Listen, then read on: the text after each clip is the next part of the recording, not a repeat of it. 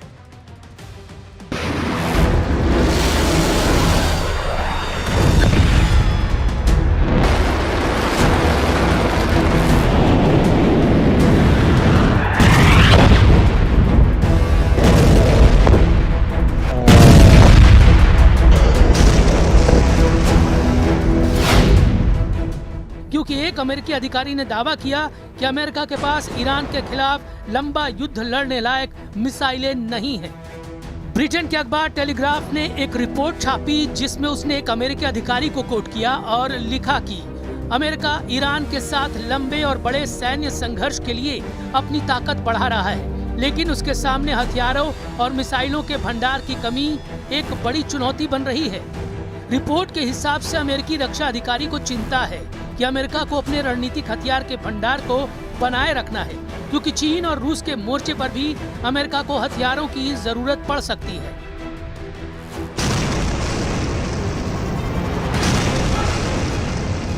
अब अमेरिकी सेना ईरान के हमलों से खौफजदा है। जब ईरान अमेरिका को ग्राउंड ऑपरेशन के लिए ललकार रहा है, तब हथियारों की किल्लत की रिपोर्ट डबल झटके से कम नहीं। लेकिन ट्रंप का मूड खराब करने वाला एक बयान इजराइल से भी आया है। इजराइल के विदेश मंत्री बेजलेल स्मोट्रिच ने घोषणा की है, अब उनकी सेना ईरान युद्ध में शामिल होने के लिए तैयार नहीं है। स्मोट्रिच ने दावा किया कि मौजूदा हालात इजराइल के लिए सबसे अच्छे हैं, इसलिए वो ईरान में अपनी ताकत जाया करने की जगह हमास और हिजबुल्लाह का सफाया करने में लगाएगा। हालांकि इसके पीछे ईरान से आए मोसाद के इंटेलिजेंस को माना जा रहा है, जिसमें बताया गया है कि ईरान ने एटम बमों की लैब एक्टिव कर दी है। मोसाद ने रिपोर्ट दी है कि ईरान ने पिछले साल अपने यूरेनियम संवर्धन सेंट्रीफ्यूज को पिकैक्स माउंटेन के नीचे गहरी सुरंगों में पहुंचा दिया था। बीते साल जून में 12 दिनों तक चले इजराइल ईरान युद्ध के बाद यूरेनियम सेंट्रीफ्यूज को बेहद सुरक्षित पिकैक्स माउंटेन ट्रांसफर कर दिया गया था। पिकैक्स माउंटेन, जिसे माउंट कोलांग भी कहते हैं, ईरान का सबसे सुरक्षित परिसर है। यह ईरान के नतांज यूरेनियम संवर्धन केंद्र के पास है, जहां पर 2 गहरे भूमिगत सुरंग नेटवर्क हैं। ये सुरंगें अमेरिका के सबसे शक्तिशाली बंकर बस्टर बमों की पहुंच से भी बाहर है।